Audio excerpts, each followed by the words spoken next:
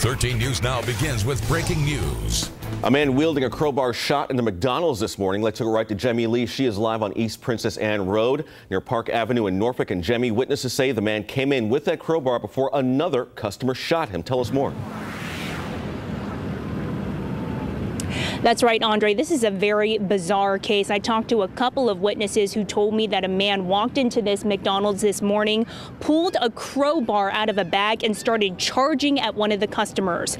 That customer happened to have a gun on him. He pulled the gun out, told the guy to get back, and fired a warning shot. But witnesses say the man just kept charging at him with that crowbar, so the customer shot him in the leg. Both of those men stayed at the scene until police got there. The man who fired his weapon was taken in for questioning, and the man who was shot was taken to Centera Hospital with a non-life-threatening wound to his leg. Now, witnesses tell me that the man who had the crowbar walked into the McDonald's looking very disoriented. He was sweating profusely, and they tell me he looked like he was on drugs. Stephon said, "Get back." But he didn't get back. He kept coming towards Stephon. So Stephon fired a warning shot at the floor. You know, bow, like that. Then the man kept coming at him, so he shot him in the leg and stuff.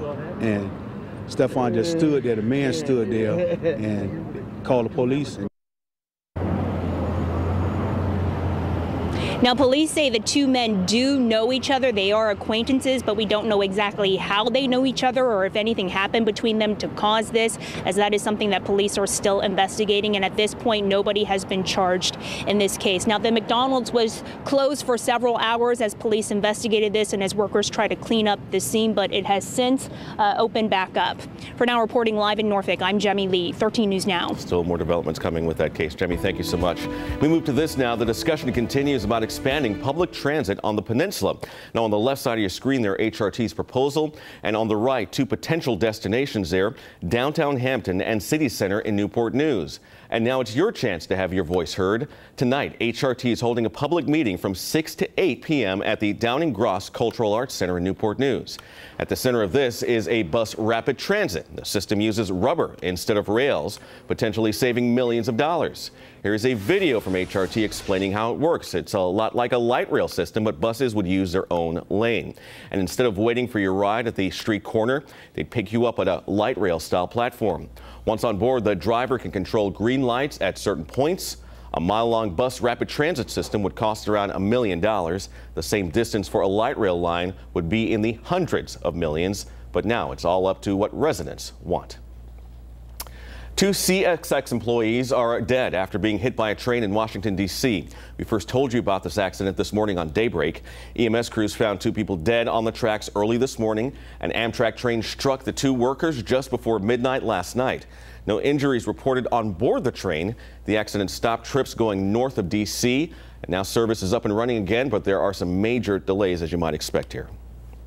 Let's take a live look at downtown Norfolk right now. You're going to want to double check if you're parked legally. City Council voted to raise towing rates at last night's meeting. Here's how it works. The city charges a flat fee based on the size of your vehicle, or a rate rather.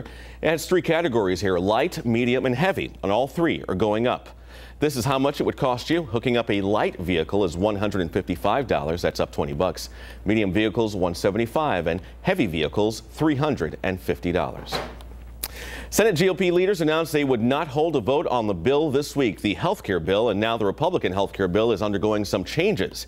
ABC's Lana Zach has the latest now from Washington.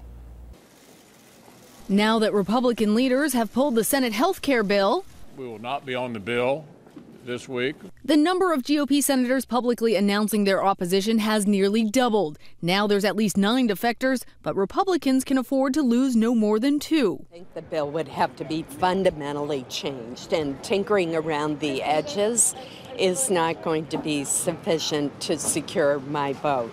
It may be an uphill battle. According to a new Marist poll, the Senate bill is supported by just 17% of Americans.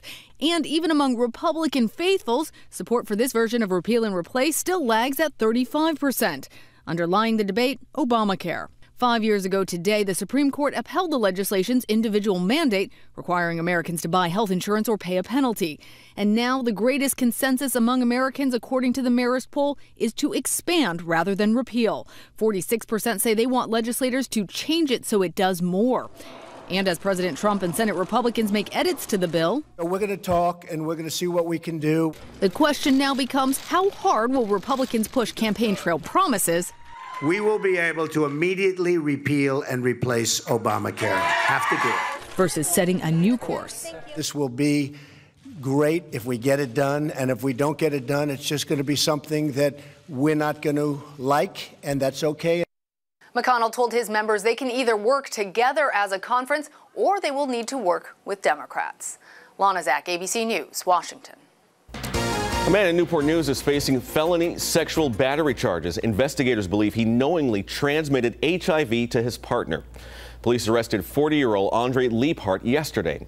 Online court records show he is accused of sexual battery with the intent to transmit infection. Leaphart is currently in the Newport News City Jail without bond. He'll be back in court on July 11th. We'll continue to follow the story and have more for you coming up starting at 4 o'clock. A murder investigation in Arizona lands a Virginia Beach man behind bars. Police arrested Christopher Peters while he was still holding the knife he allegedly used to kill his girlfriend. Phoenix area investigators tell us Peters and Catherine Linker got into an argument. Things turned violent when detectives say he took out a knife and stabbed Linker in the neck. Doctors tried to save her, but her injuries were too severe. Peters now faces second-degree murder charges.